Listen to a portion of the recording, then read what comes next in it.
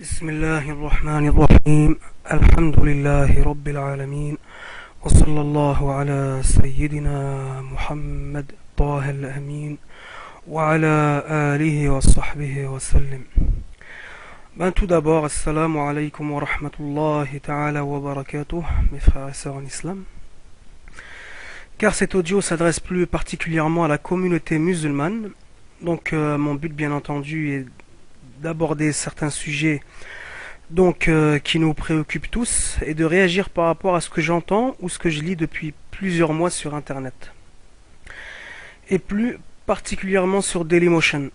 Mais avant tout ça, j'ai voulu faire cet audio en réponse à la censure dont j'ai été victime il y a maintenant quelques jours ici même, de la part d'un intervenant que vous connaissez tous pour la plupart. Donc il s'agit d'Abou Ryan, car c'est à lui aussi que je voudrais m'adresser.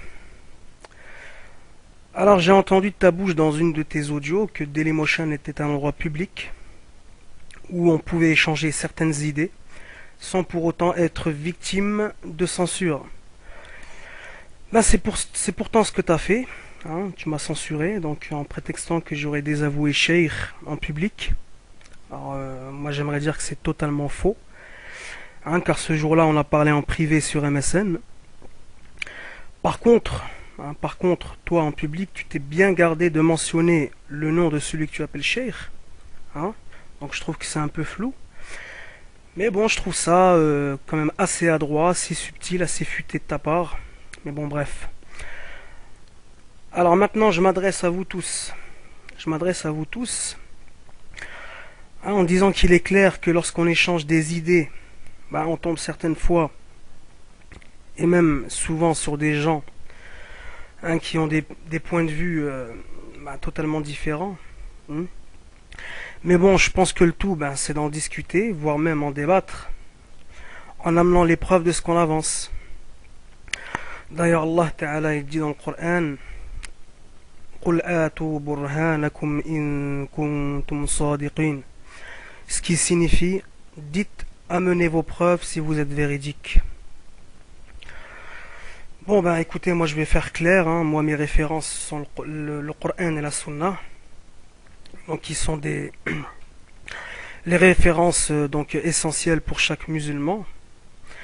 Donc je puise mes sources chez certains savants, tels que Al-Bukhari, hein. Donc Al-Bukhari, comme vous savez tous, qui est la référence phare de la communauté musulmane, hein. Donc je pense que la plupart de vous connaissez le Sahih al-Bukhari, hein.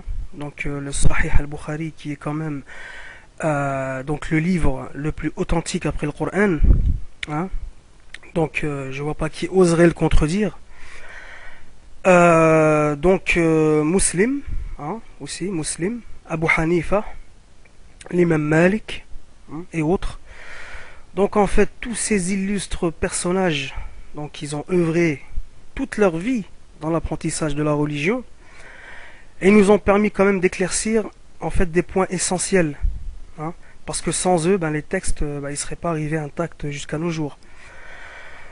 Donc j'entends dire quelquefois, surtout dernièrement, je réagirai dans une prochaine audio par rapport à l'audio qui a été faite par le libre penseur et qui a été complétée par la suite par Abou Ryan. J'entends dire que le Coran et la Sunna ne suffisent pas.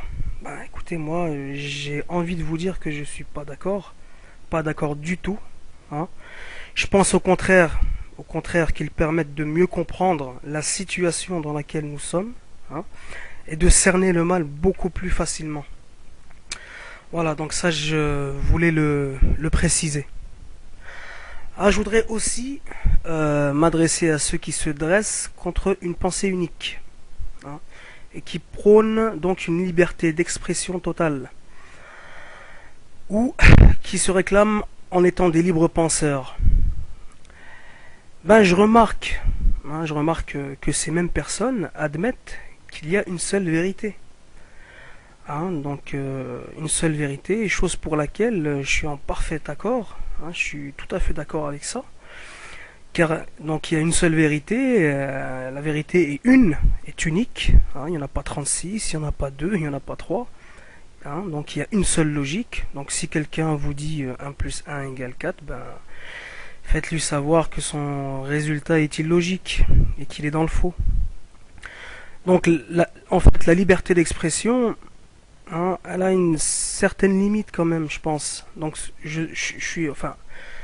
euh, je suis pour, à partir du moment où la liberté d'expression elle est pas contre, que la liberté de penser donc n'est pas donc en désaccord avec le Coran et la Sunna, hein, donc on peut penser diverses choses, hein, je veux dire même dans la vie courante, hein, on a des fois des avis différents, mais en ce qui concerne la religion, en ce qui concerne la vérité, on doit tous être sur la même vérité. Et donc là on part dans une pensée unique, hein, et cette pensée unique donc qui n'est pas en contradiction avec le Coran et la Sunna. Donc la seule et vraie religion c'est l'islam, hein, je ne vais pas vous l'apprendre, hein, donc cette religion, donc hein, sa croyance donc qui se base, hein, par rapport à la logique, hein, qui est appuyée et confirmée par la logique, hein, donc le rationnel. Donc là on parle de la croyance, hein, la aqidah, hein, donc ce qui n'est pas le cas, hein, concernant les lois d'application, hein. Les lois d'application n'ont rien à voir avec la logique, hein, donc telles que la prière, le hajj, le ramadan, etc. Donc qui sont plutôt des lois qui ont été descendues par Allah Ta'ala, hein, donc on se soumet à ces lois, hein, je veux dire on se soumet à ces lois, bon pas bêtement quand même parce qu'on voilà, on croit en Allah, on croit aux livres révélés, hein, donc on se soumet totalement, hein, à ces ordres, hein, et donc si quelqu'un par exemple il sait pas qu'il y a 5 prières, hein, donc il peut pas le déduire, il peut pas le déduire par lui-même. Il peut pas déduire par lui-même qu'il y a 5 prières, hein. Donc il n'y a pas besoin là d'avoir recours donc à la logique, hein. Donc on se réfère au Coran, on sait que Allah Ta'ala il a donc ordonné 5 prières, hein, 5 prières, un mois de Ramadan, hein, ainsi de suite, hein. Donc ça concerne toutes les lois d'application. Alors par contre là, hein, en ce qui concerne les lois d'application, là on doit se référer, hein, donc au prophète, hein, bien entendu, sallallahu alayhi wa sallam, aux savants donc authentiquement reconnus, hein, donc les savants que j'ai cités au préalable. Hein, je voudrais aussi donc, c'est très important, hein, je voudrais aussi m'adresser aux gens, hein, qui disent souvent, parce que j'entends très très souvent cette phrase. Moi, je ne veux pas suivre les êtres humains. Moi, ce qui m'importe, c'est le Coran, c'est la Sunna, hein. Donc, j'aimerais quand même dire à ces gens-là que la Sunna, c'est la tradition prophétique, hein. Donc, le prophète était lui-même un être humain, d'accord? Ça, c'est la première chose.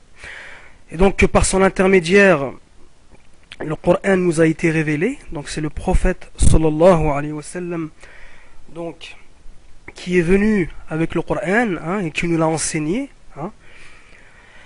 Et en fait les savants eux-mêmes, hein, qui sont des êtres humains aussi, donc hein, se réfèrent aux paroles prophétiques, hein, ils se réfèrent eux-mêmes aux paroles prophétiques pour nous donner certaines interprétations, hein, qui sont vraiment pas à notre portée, hein. Et donc cette science là elle se transmet de bouche à oreille, hein. Donc il y a un hadith à ce sujet, hein, où le prophète lui-même dit, hein, que la science de la religion se transmet par transmission orale.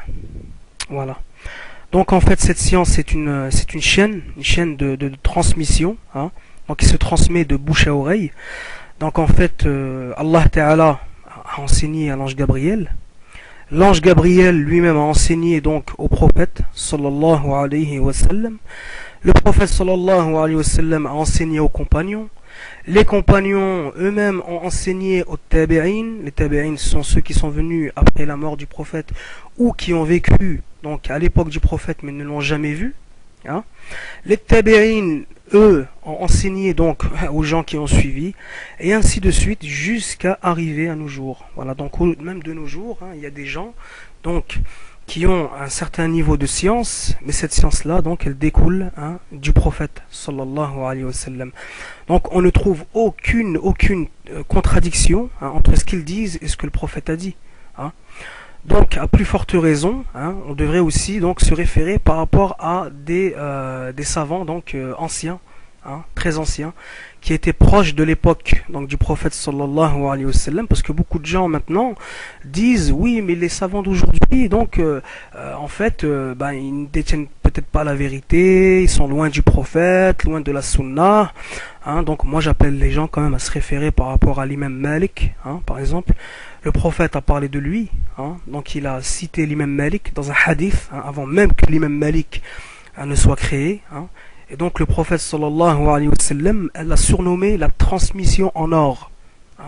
Donc c'est une référence quand même qui je pense mérite qu'on se penche davantage dessus. Et ainsi donc Al-Bukhari et donc d'autres savants, d'autres éminents savants. Voilà. Donc moi je m'adresse donc à vous tous là, à ceux qui se réclament comme étant des libres penseurs, des gens qui luttent contre la censure, la pensée unique, qui prônent la liberté d'expression. Moi je vous conseille à tous de vous référer au Coran et la Sunna. Et pour moi, ceux qui ne se réfèrent pas par rapport aux savants, qui se disent moi je me réfère directement au Coran et la Sunna, ça ce sont des gens en fait qui restent chez eux, qui s'enferment chez eux, qui bouquinent, qui lisent, et qui considèrent apprendre la religion dans les livres. Alors il faut savoir déjà que la science de la religion ne s'apprend pas dans les livres. Car si la science de la religion s'apprenait dans les livres, Allah Ta'ala, il aurait envoyé uniquement le Coran. Il n'aurait pas envoyé de prophète.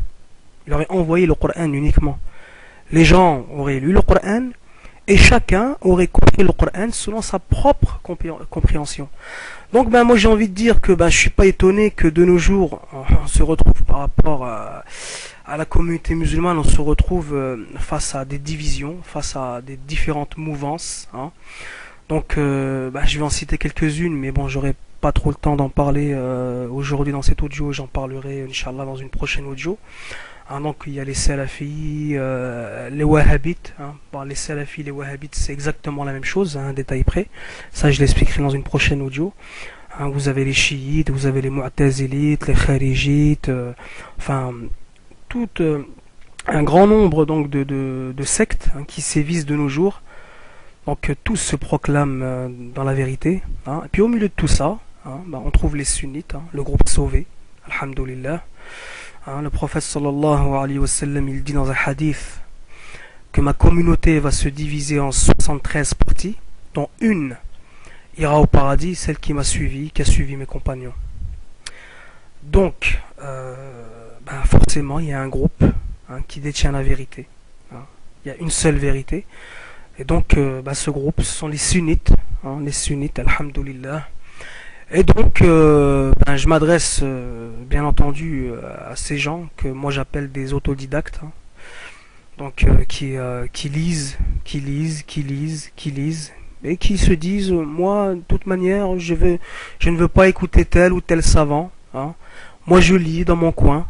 Mais bon, je donne un exemple. Si je distribue le même livre à 10 personnes différentes, ces 10 personnes différentes vont lire donc ce même livre.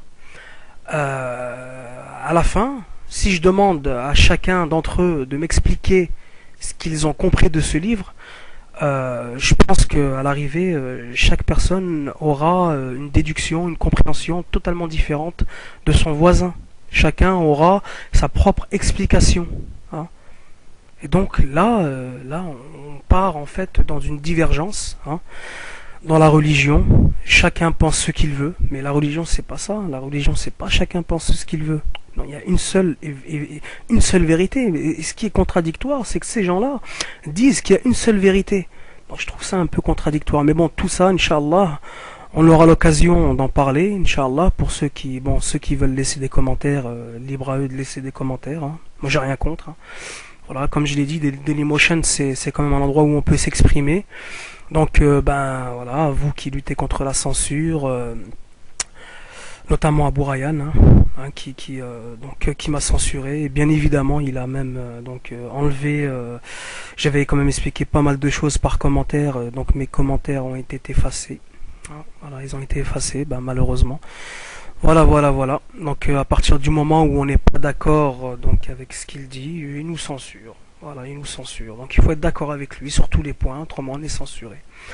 Voilà, donc moi je voulais réagir par rapport à tout ça et puis ben moi je vous dis donc à très très bientôt Inch'Allah pour d'autres audios. Donc je tâcherai donc d'étudier dans chaque domaine Inch'Allah une audio bien spécifique, hein, et en essayant d'éclaircir les plusieurs points, hein. Donc aussi bien économie, religion, situation des musulmans dans le monde, nos imams, tout ça. Enfin, j'entends quand même pas mal de choses. Eh ben écoutez, je vous souhaite bonne chance, hein, à tous, hein, Inch'Allah, hein, que Dieu nous guide, hein, que Dieu vous protège, hein, et nous protège. Barakallahu fikum de m'avoir écouté. Je vous dis à très très bientôt. Assalamu alaikum.